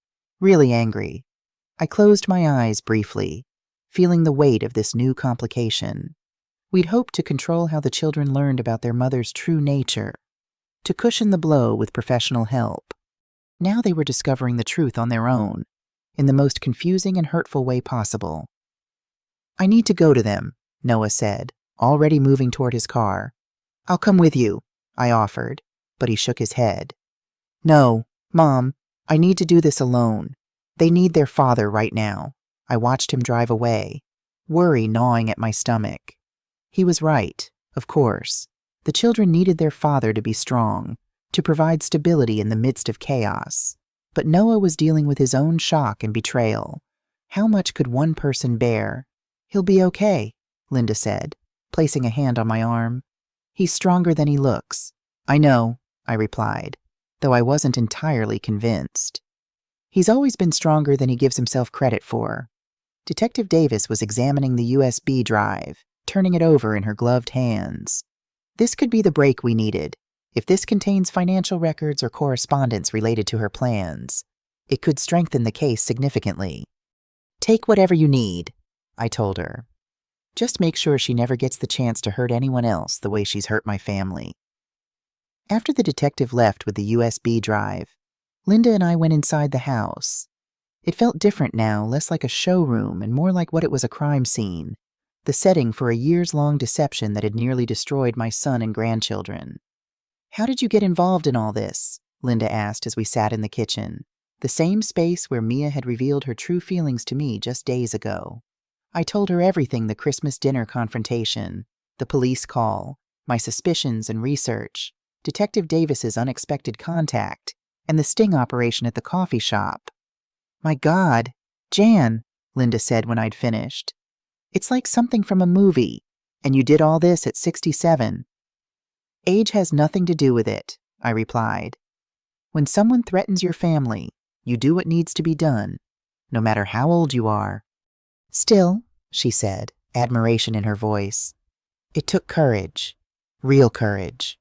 I hadn't thought about it in terms of courage. I'd been operating on instinct, on the primal need to protect my son and grandchildren from harm. But looking back on the past week, I suppose there had been moments that required a certain kind of bravery confronting Mia in this kitchen, agreeing to the sting operation, sitting in that courtroom today. I just did what any mother would do, I said finally. Linda smiled, reaching across the table to squeeze my hand. No, Jan, you did what a remarkable mother would do. There's a difference. The days following Mia's arraignment blurred together in a haze of legal meetings, financial investigations, and emotional aftershocks. Noah moved into my apartment temporarily, unable to stay in the house filled with memories of his fraudulent marriage. The children split their time between Linda's home and mine, our small spaces suddenly alive with the sound of teenage footsteps and hushed conversations. Ethan took the news the hardest. At 16, he understood enough to feel the full weight of the betrayal. His anger manifested in long silences, broken occasionally by bursts of questions none of us could fully answer. Did she ever love us at all? He asked one evening as we sat around my kitchen table eating pizza, a far cry from Mia's elaborate home-cooked meals. Was everything fake from the beginning? Noah looked at me helplessly, unprepared for such a fundamental question. I don't think anyone can pretend completely for 8 years, I said carefully. There must have been real moments, real feelings, even for someone like your mother. She's not my mother, Ethan said flatly. Not anymore. Zoe, at 14, processed her grief differently. She clung to Noah and me, as if afraid we might disappear next. Her artwork, once bright and optimistic, turned dark and chaotic abstract explosions of black and red that spoke volumes about her inner turmoil. Dr. Phillips, the child psychologist, assured us these reactions were normal under the circumstances. They're grieving, he explained during our weekly meeting. Not just the loss of their mother as they knew her, but the loss of their understanding of the world as a safe, predictable place. How do we help them? Noah asked, the dark circles under his eyes testament to his sleepless nights. By being consistent, by telling the truth in age-appropriate ways, by reassuring them that they are loved, that what happened wasn't their fault, and that you're not going anywhere. Simple advice, but hard to follow when our own emotions were so raw, when each day brought new revelations about the extent of Mia's deception. The USB drive Ethan had found turned out to be a goldmine for the prosecution. It contained detailed records of accounts under various names, copies of false identification documents, and most disturbingly, a meticulous exit plan that included methods for liquidating assets and transferring funds overseas. She'd been planning this for at least a year, Detective Davis told us during one of her now regular visits. The level of detail is remarkable. She had contingency plans for everything, including what to do if you discovered her preparations before she was ready to leave. Which was what? Noah asked, morbid curiosity evident in his voice. Detective Davis hesitated. Mr. White, I'm not sure this information is helpful for your healing process. I need to know, he insisted. No more secrets, no more being kept in the dark, she sighed. She had a file labeled Emotional Leverage. It contained detailed notes about your vulnerabilities, your insecurities, even scripts for conversations designed to make you doubt your own perceptions if you became suspicious. Noah's face went white. She had it all planned out. Every manipulation. Every lie. Yes, Detective Davis admitted. But she didn't plan on your mother's intervention. That wasn't in any of her contingency scenarios. I felt a grim satisfaction at that. Mia had underestimated me, dismissed me as an old woman who could be easily marginalized and controlled. It had been her fatal mistake. As January gave way to February, we established new routines. Noah found a therapist who specialized in betrayal trauma. The children returned to school, supported by counselors who understood their situation.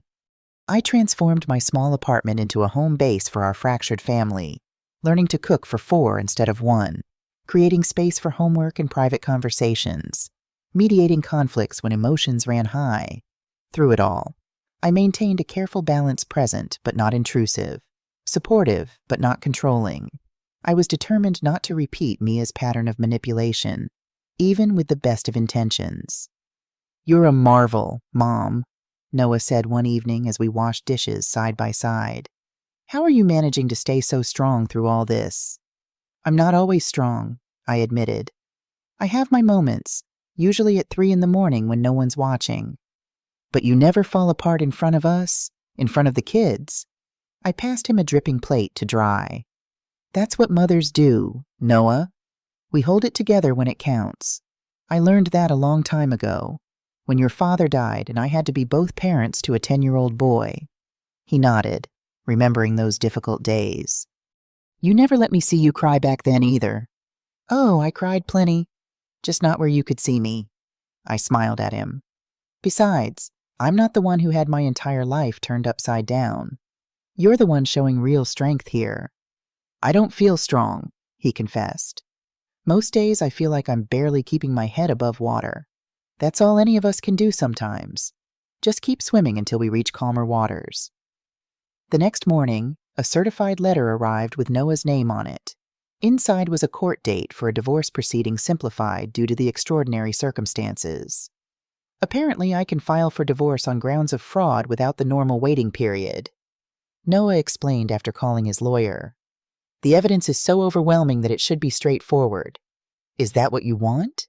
He looked at me as if I'd suggested something outlandish. What choice do I have? Stay married to a woman who is planning to rob me blind and disappear, a woman who doesn't even exist. I just want to make sure you're doing this because it's what you want, not because it's what everyone expects. Noah's expression softened. I know what you're saying, Mom, and I appreciate it. But yes, this is what I want. I need to legally sever ties with whoever she is. For my sake and for the kids. Then I'll support you. Whatever you need. The divorce proceedings were indeed straightforward, if emotionally wrenching. Noah sat stoically as the judge reviewed the evidence, making occasional notes on a legal pad. I sat behind him, wishing I could shield him from this final humiliation. When it was over, when the judge granted the divorce and Noah was legally free from his fraudulent marriage, we walked out of the courthouse into a surprisingly warm February day. "How do you feel?" I asked as we stood on the steps, blinking in the sudden sunlight. "Hollow," he admitted, "but also relieved. I think, like I can finally start to rebuild without this legal connection hanging over me." "One step at a time," I reminded him. "There's no rush." "Actually, there is one thing I've been meaning to do," Noah said, a hint of his old determination returning to his voice.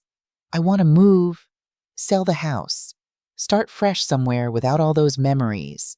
"Are you sure that's wise? The kids have already lost so much stability."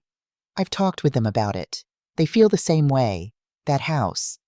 It was never really our home. Mom, it was a stage set for Mia's performance. Every room, every piece of furniture was chosen to advance her narrative. I can't heal there. None of us can." Looking at the certainty in his eyes, I knew he was right. Some spaces become too contaminated with painful memories to ever feel safe again. "Where will you go?" "I was thinking about that neighborhood near you, Parkside Heights. There's a duplex for sale there. 3 bedrooms, a small yard, walking distance to your place." My heart skipped. "That would be lovely. But are you sure you want to be that close to your old mother?" Noah smiled a genuine smile that reached his eyes, the first I'd seen in weeks. "I've never been more sure of anything. These past weeks have reminded me what real family looks like. Mom, not the picture-perfect facade Mia created, but the messy, supportive, honest connection we have. I don't want to lose that again." I blinked back tears. "You won't," I promised. "Not ever." 2 weeks later, I received an unexpected phone call from the detention center where Mia was being held awaiting trial. "You have a collect call from Alexis Peterson, an inmate at the Denver County Detention Facility. Will you accept the charges?" My hand trembled as I pressed 1 to accept. What could she possibly want from me? "Janet." Her voice was smaller than I remembered, stripped of its usual confidence. "Thank you for taking my call. What do you want, Mia, or should I call you Alexis?" "Mia is fine. It's the name I've used longest." A pause. "I need to see you." "Why would I agree to that?" "Because I have information about accounts Noah doesn't know about. Money I've set aside. It should go to the children." I didn't believe her for a second, but curiosity got the better of me. "Why tell me this? Why not tell the prosecutors?" "Because they'd use it against me. This isn't about my case, Janet. It's about making things right for Ethan and Zoe." The names of her children in her mouth made my skin crawl. After all she'd done, after her plans to abandon them, she dared to pretend concern for their welfare. "I'll think about it," I said, unwilling to commit. "Please, Janet, you're the only one who might listen, the only one who understands what it's like to do anything for family." The manipulation was so transparent it was almost laughable. She was trying to create a parallel between us 2 mothers doing whatever was necessary for their families, as if her systematic fraud and my efforts to protect my son were in any way comparable. After hanging up, I immediately called Detective Davis. "She wants to meet with you." The detective sounded skeptical. "That's unusual. Defendants normally avoid contact with witnesses against them. She claims she wants to tell me about hidden money for the children. I doubt that's her real motivation. This woman is a master manipulator, Mrs. White. She might be looking for ways to undermine your testimony, or to gather information she can use in her defense." "So you think I should refuse?" There was a thoughtful pause. "Actually, if you're willing, this could be an opportunity. We could record the conversation, with your consent, of course. It might give us insight into her thinking, possibly even lead to admissions we could use in court." "You want me to wear a wire?" I couldn't keep the disbelief from my voice. "Nothing so dramatic, just a recorded visitation, which is standard procedure anyway, but you'd be aware of the purpose beforehand." I considered the proposal. The thought of facing Mia again, of listening to her lies and manipulations, was deeply unpleasant. but if there was any chance it could strengthen the case against her, ensure she couldn't hurt anyone else the way she'd hurt my family. I'll do it, I decided. Tell me what you need from me. The meeting was arranged for the following day, a visitation room at the detention center, with glass between us and telephones for communication. Detective Davis briefed me beforehand, advising me to let Mia do most of the talking, to express curiosity about her claims of hidden money, and to avoid showing too much emotion. She feeds on emotional reactions, the detective warned. Stay calm, stay focused, and remember that every word is being recorded. When I entered the visitation room, Mia was already seated on the other side of the glass. The orange jumpsuit washed out her complexion, and without her usual makeup and styled hair, she looked older, more ordinary. But her eyes were the same, calculating, watchful, missing nothing. She smiled when she saw me, a practiced expression of gratitude and vulnerability that didn't reach those assessing eyes. Janet, thank you for coming. I wasn't sure you would. I sat down and picked up the telephone. You said you had information about money for the children. No pleasantries, no pretense of social niceties. I wasn't here to play her games. Yes, she leaned forward, lowering her voice though there was no need with the glass between us. There's an account Noah doesn't know about. I set it up for emergencies, for the children's future. It has almost $30,000 in it. Where did that money come from? Mia, she hesitated. Does it matter? It's there, and it should go to Ethan and Zoe. It matters if it was stolen from my son, or from me, or from anyone else you've defrauded over the years. It wasn't stolen, she insisted, an edge creeping into her voice. It was reallocated from our joint account.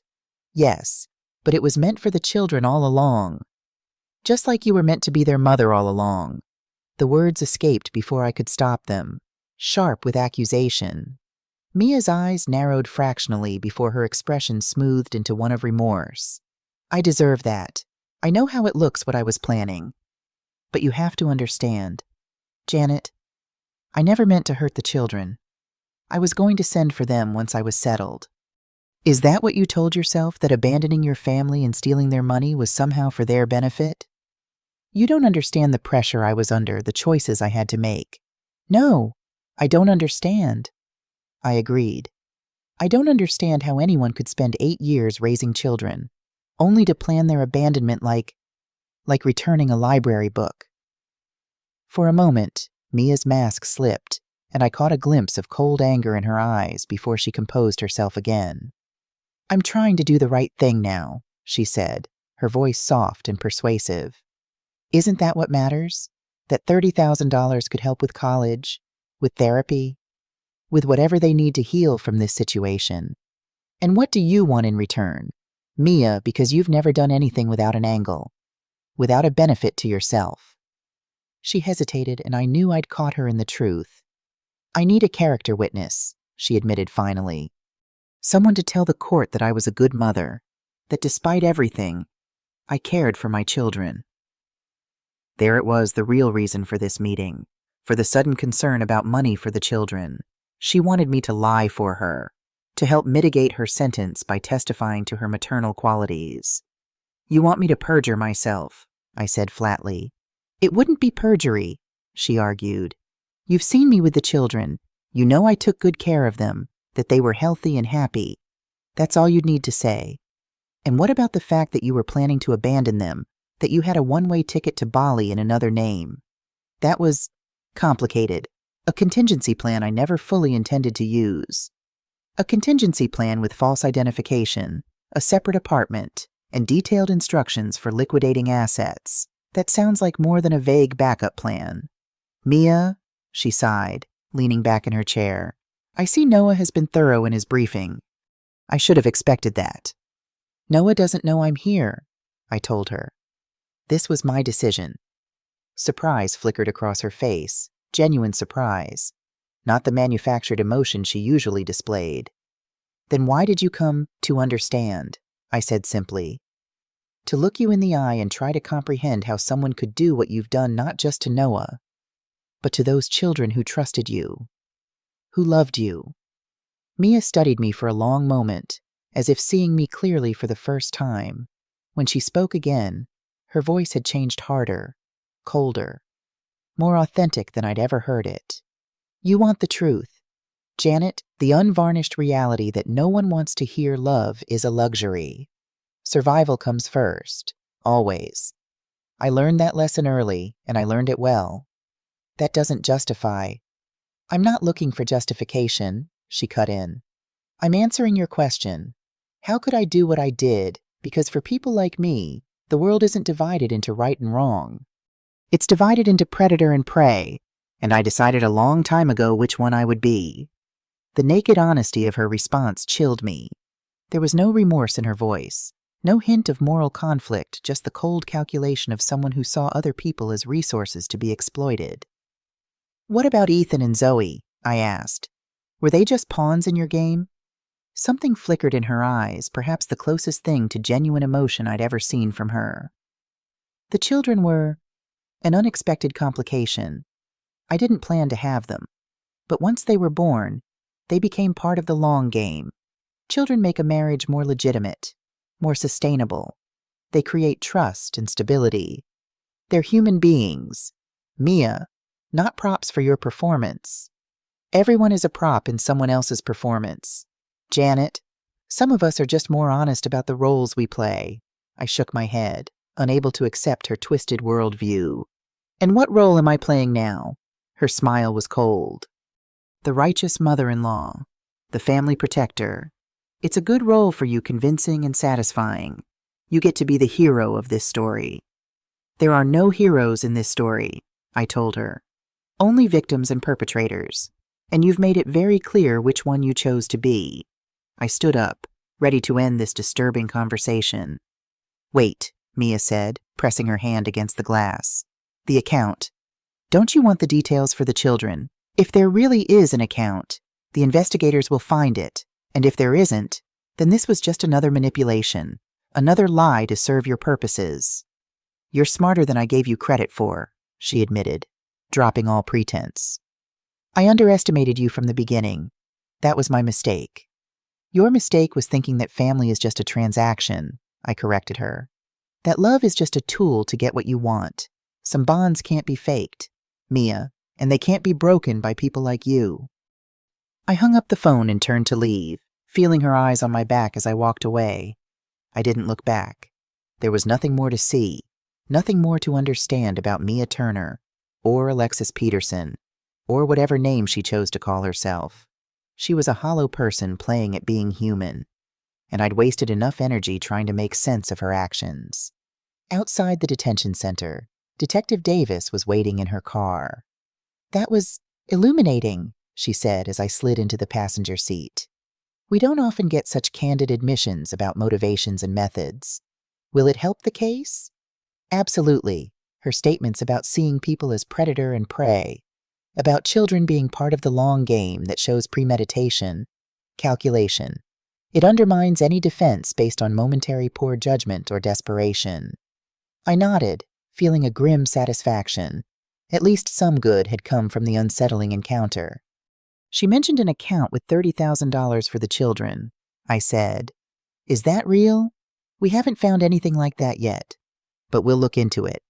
Though based on her other deceptions, I wouldn't be surprised if it was just bait to get you talking. That's what I thought. I gazed out the window at the passing cityscape, feeling suddenly exhausted. Can you take me home now? I think I've had enough of Mia Turner for one lifetime. Spring came early to Denver that year, with March bringing unexpected warmth and new growth. It felt appropriate somehow, a physical manifestation of the renewal happening in our family. Noah had completed the purchase of the duplex in Parkside Heights and was busy making it a home for himself and the children. I helped where I could, offering decorating advice when asked. But mostly I stood back and watched him reclaim his independence, his confidence. What do you think, Mom? He asked one Saturday, showing me the children's newly painted bedrooms. Ethan's walls were a deep blue, Zoe's a soft lavender, their choices, not his or mine. I think they're perfect, I said honestly. You're doing a wonderful job, Noah. I couldn't have done any of this without you, he said, putting an arm around my shoulders. your support, your strength. It's been our lifeline these past months. That's what family does, I told him, echoing the words I'd said to Mia months ago in her kitchen, but with a very different meaning now. Real family.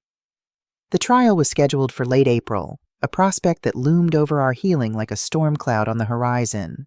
Noah and I would both be required to testify, to relive the details of Mia's deception in open court. We dreaded it, but also recognized its necessity not just for justice, but for closure. Dr. Phillips continued to work with Ethan and Zoe, helping them process their complicated feelings about their mother. Some days were better than others. Ethan's anger gradually gave way to a kind of sad acceptance, while Zoe's artwork slowly began to incorporate colors again, small bursts of yellow and green among the darker hues. They're making remarkable progress, Dr. Phillips told us during a joint session in late March. Their resilience is extraordinary. But will they ever truly recover? Noah asked, the question that haunted him daily. Will they ever be able to trust again? Trust isn't a fixed state, Mr. White. It's a muscle that can be rebuilt after injury, often stronger than before because it's exercised with more awareness. Your children are learning valuable lessons about discernment, about the complexity of human nature. As painful as this experience has been, it's also developing skills they'll carry throughout their lives. His words offered comfort, a framework for understanding how good might eventually emerge from this trauma. Not immediately, not painlessly, but gradually, with time and continued support. One unexpected bright spot in our lives was Zoe's school play. Despite everything that had happened, she insisted on performing as Dorothy in The Wizard of Oz, channeling her emotions into her acting with remarkable maturity. On opening night, Noah, Ethan, and I sat in the front row, holding our breath as the curtain rose. Zoe stood center stage, her voice clear and strong as she sang Somewhere Over the Rainbow. I glanced at Noah and saw tears streaming down his face, not tears of sadness, but of pride and wonder at his daughter's courage. After the performance, as we waited with flowers outside the dressing room, Noah turned to me. Mom, I've been thinking about something. Would you consider moving in with us? The duplex has plenty of space, and having you closer would mean so much to all of us. The offer caught me by surprise. Noah, are you sure you've just regained your independence? You don't need your old mother cramping your style. First of all, you're not old, he said firmly. And second, this isn't about need. It's about want. We want you with us, as part of our daily lives, not just visiting. The kids have already approved the idea enthusiastically. I might add, but my apartment is too small and too far away. Besides, with what's coming up, he didn't need to specify the trial. I think we'll all do better facing it together. I considered his offer, feeling a complex mix of emotions. I valued my independence, the quiet routines I'd established in my own space, but I also recognized the healing potential of closer proximity, of building new family patterns together. Let me think about it, I said finally. It's a big decision. Noah nodded, respecting my need for consideration. Of course, no pressure. The offer stands whenever you're ready. As April approached, bringing the trial date closer, I found myself increasingly drawn to Noah's proposal.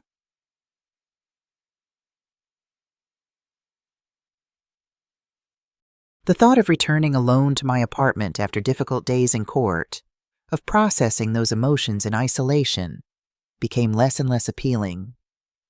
One evening, as I sat in my quiet living room looking through old photo albums, my decision crystallized.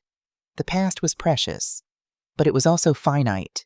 The future, our future as a family, was being written now, and I wanted to be an active participant in that story. The next morning, I called Noah. About your offer, I said without preamble. I'd like to accept, if it's still open. His relief was audible. It's absolutely still open. When would you like to move in, before the trial? I decided. I think we'll all need the support. The move was surprisingly simple, my modest possessions easily integrated into the duplex's spacious layout.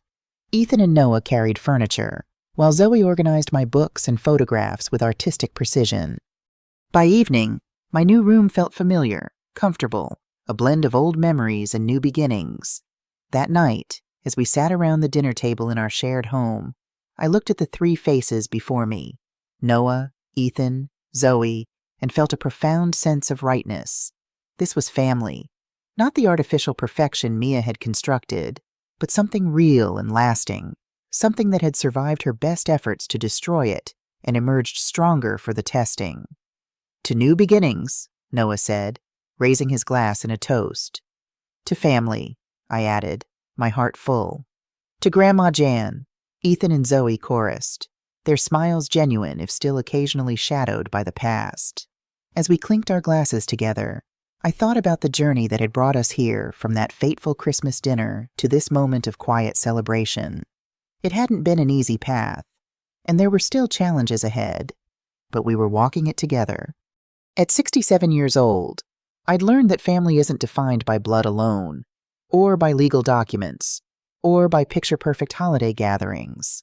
It's defined by the people who stand by you when the world falls apart, who help you pick up the pieces and build something new from the wreckage.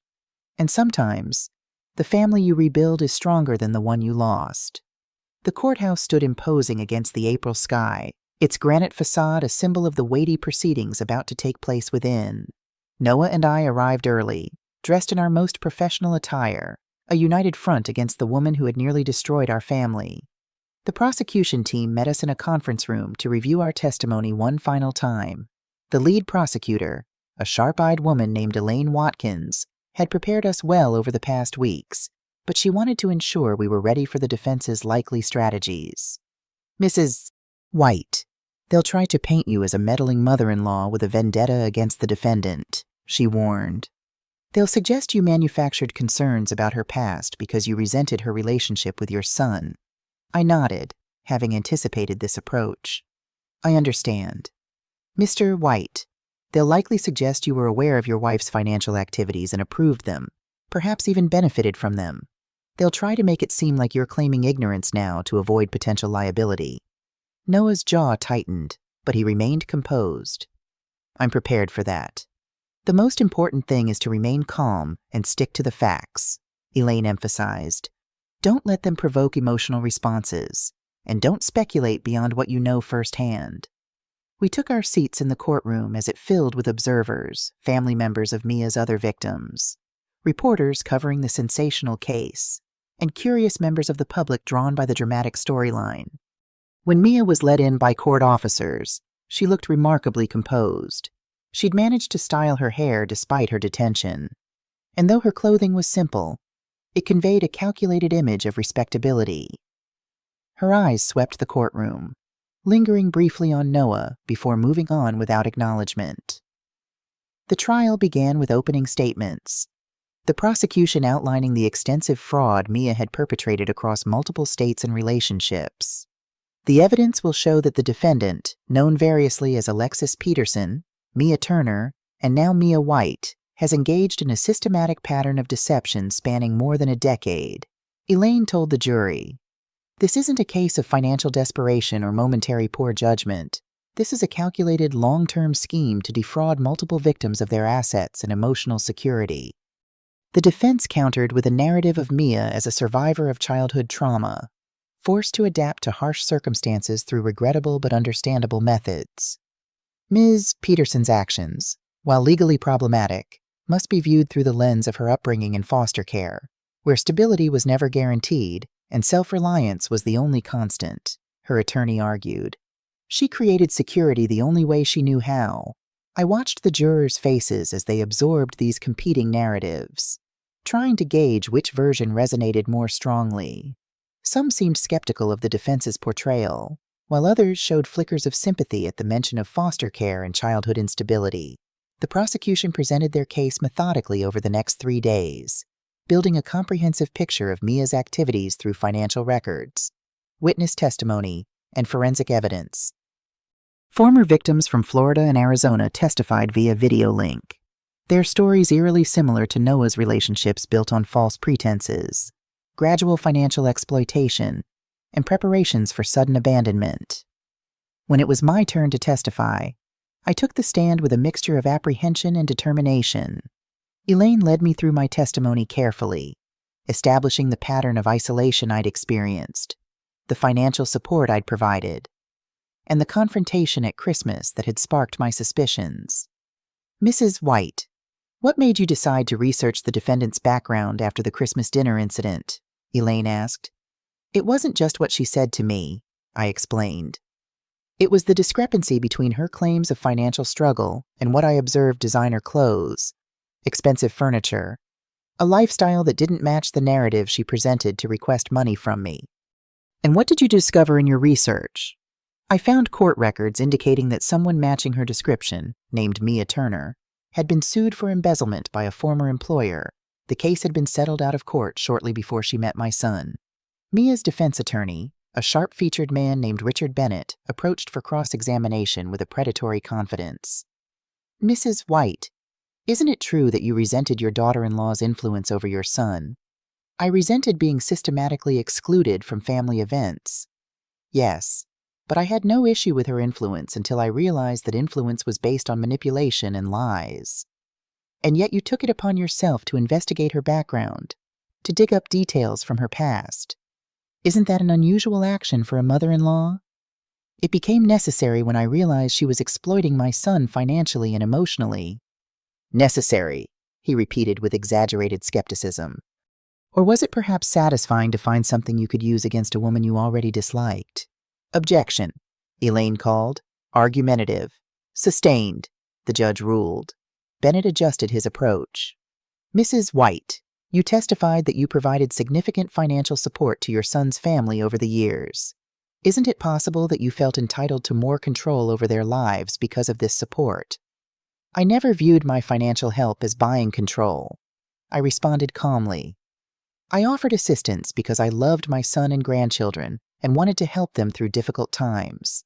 What I objected to was discovering that those difficult times were largely manufactured to extract money from me.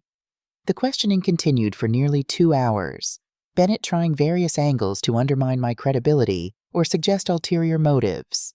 Through it all, I maintained my composure, answering honestly and directly, refusing to be provoked into anger or defensiveness. When I was finally excused, Noah squeezed my hand as I returned to my seat. You were amazing, Mom, he whispered. Noah's testimony the following day was equally powerful. He detailed the gradual process by which Mia had taken control of their finances, isolated him from friends and family, and created emergencies that required additional funds from me. The defense tried to suggest he'd been complicit in her schemes, but his genuine shock and devastation were evident to everyone in the courtroom.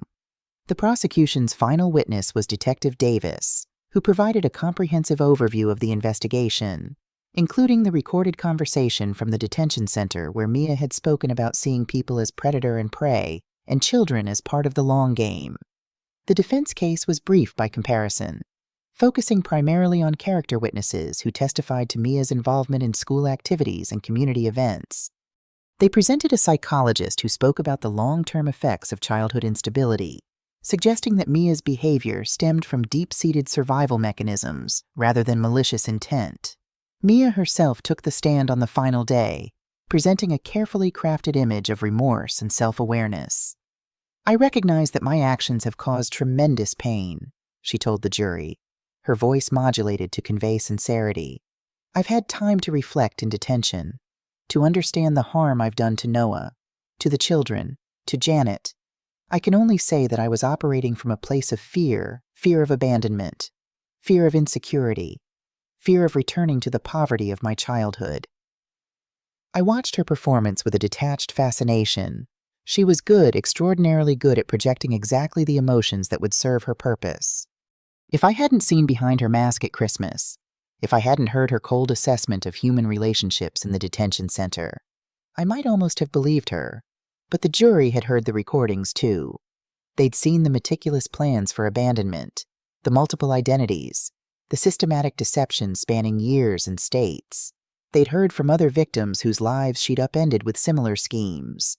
After 3 hours of deliberation, they returned with a verdict guilty on all counts. Mia's face remained impressively composed as the verdict was read, though I caught a flicker of calculation in her eyes already planning appeals. Perhaps, or considering how to manipulate the sentencing process to her advantage. The judge scheduled sentencing for the following month, and Mia was led away, still maintaining her dignity even in defeat. Outside the courthouse, Noah stood blinking in the bright spring sunshine, as if emerging from a long darkness. "It's over," he said softly. "Really over." "The trial is over," I corrected gently. "The healing continues," he nodded, understanding the distinction. "Let's go home. Mom, the kids will be waiting to hear the news." As we drove away from the courthouse, I felt a weight lifting not completely, but noticeably. Justice had been served, not just for our family, but for all of Mia's victims.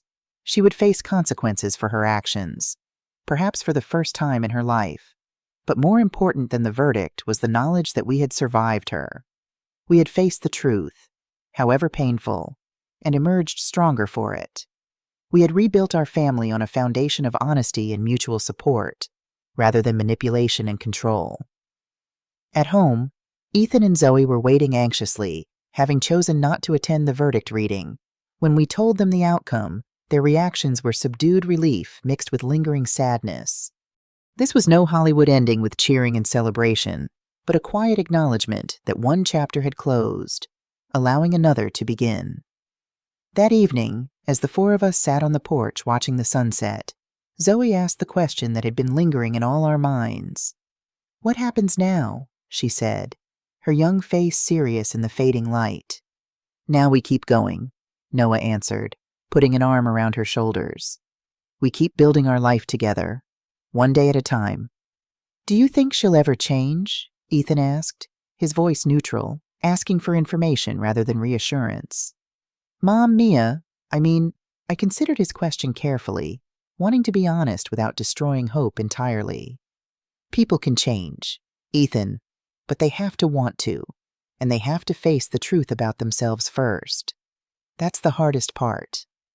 He nodded, absorbing this answer with the thoughtfulness that had intensified since his mother's arrest. "I'm not sure she knows how to see the truth anymore. It's like she's been playing a role for so long she's forgotten who she really is." The insight was startling from a 16-year-old, yet profoundly accurate. Mia had become so adept at creating and inhabiting false personas that her authentic self, if such a thing still existed, had been buried beneath layers of performance and calculation. "That's a perceptive observation," I told him, "and a good reminder of why honesty matters, even when it's difficult. Being true to yourself and others is how you maintain your core identity." "Is that why you confronted her at Christmas?" Zoe asked me. "Because honesty matters." "Partly," I admitted. "But also because I love you all too much to pretend everything was fine when it wasn't. Sometimes love means speaking uncomfortable truths." Noah raised his glass in a small salute. "To uncomfortable truths. Then, and to the woman brave enough to speak them, even when no one wanted to listen." As darkness fell around us, I looked at these three people who had become the center of my world, my son finding his strength again, my grandchildren navigating the complex path to adulthood with remarkable resilience. I thought about the journey we'd taken together, from that confrontation in Mia's kitchen to this moment of quiet companionship. At 67 years old, I'd learned that standing up for yourself isn't just about self-respect, it's about creating space for authentic relationships to flourish. It's about modeling for the next generation that they deserve to be treated with dignity and honesty. It's about recognizing that true family supports rather than exploits, uplifts rather than diminishes. And sometimes, the most powerful thing you can do is simply refuse to participate in the illusions others create to insist on reality, however uncomfortable, over comforting lies. As the stars appeared above us, I felt a deep contentment settle in my heart. Not because everything was perfect, it wasn't, and might never be, but because everything was real. And in that reality, we had found our way back to each other. What would you do if you were in my place? Have you ever been through something similar? Comment below, and don't forget to subscribe for more stories. Thanks for listening, and remember, it's never too late to stand up for yourself and your family.